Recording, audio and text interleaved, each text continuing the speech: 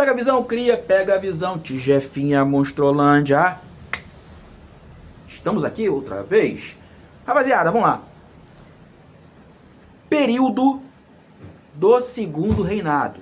Não foi um período com estabilidade política para Dom Pedro II. Primeiro que teve a Guerra do Paraguai, que acabou em 1870. Beleza? Com o fim da Guerra do Paraguai, o Brasil ganha hegemonia política. O Brasil se torna uma grande potência política regional, mas também fica extremamente endividado. E é muito contestado pela escravidão. Não podemos esquecer que os ingleses tinham poder financeiro e emprestavam muito dinheiro ao Brasil. Consequentemente, os ingleses já não queriam mais a escravidão daquela forma. Não era por bondade. Nunca foi por bondade, certo? Então, pressionado, Dom Pedro II fica em uma corda bamba. Uma corda bamba. Por quê? A partir de 1830, antes do período do Segundo Reinado, o café começa a se tornar uma grande potência econômica no Brasil. Até então não era. E ele fica baseado inicialmente no Vale do Paraíba, Rio de Janeiro, basicamente. E depois ele espalha para São Paulo e Minas Gerais, tornando-se a maior fonte econômica do nosso país, depois da cana-de-açúcar. Perfeito? Quando ele se torna um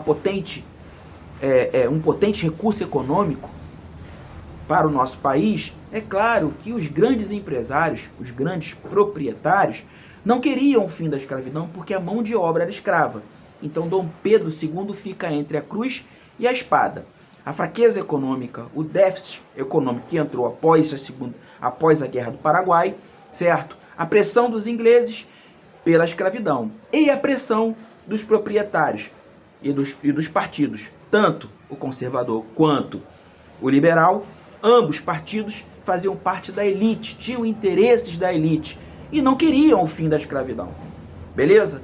Só que em 1871 acontece a Lei do Ventre Livre, certo? Nós tivemos a Lei Eusébio de Queiroz, que proibiu o tráfico negreiro, não adiantou muito, tornou o tráfico interno mais potente e elevou o preço do cativo, certo? Tornou a escravidão ainda mais violenta.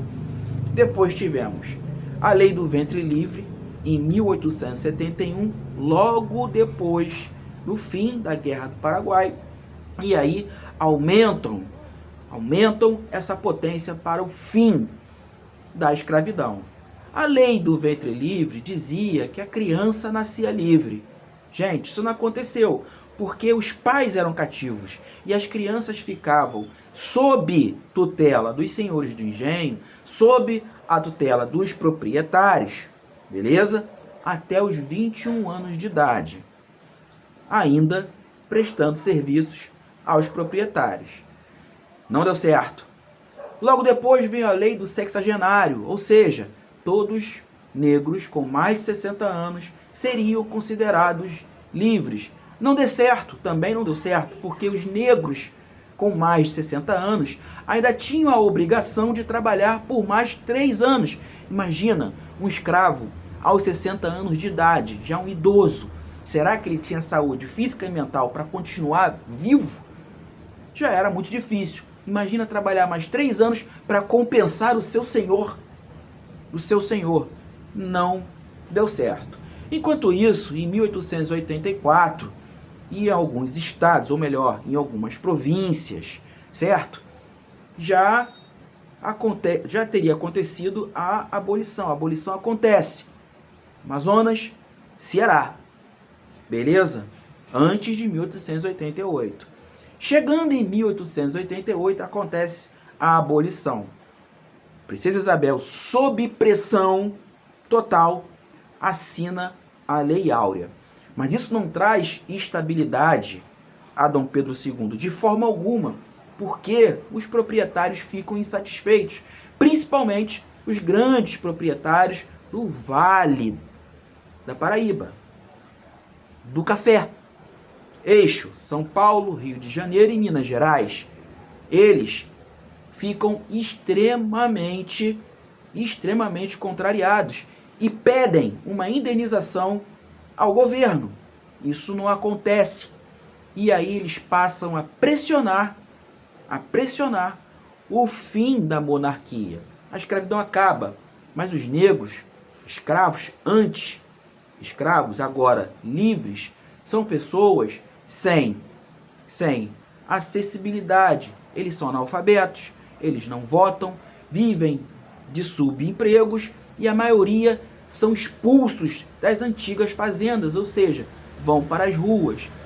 E se empurra um processo que lá na frente vai se tornar uma favelização, certo? Lá na frente vai acabar, né, na primeira favela do Brasil, o Morro da Providência, também no centro da cidade, na zona portuária, local onde eu nasci, certo?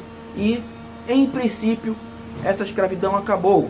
Porém, a escravidão começa de fato de outra forma, tornando cada vez mais o nosso país desigual, com a visão de latifúndio, onde muitos têm, onde a elite continua possuindo e divide a nossa classe cada vez mais numa pobreza em todos os sentidos, e nasce a escravidão contemporânea, beleza? Coisa que acontece até hoje, infelizmente, a desigualdade social e o racismo estrutural. Pega lá a visão, Jefferson Orochi, um barco remando contra a maré, valeu, Monstrolândia!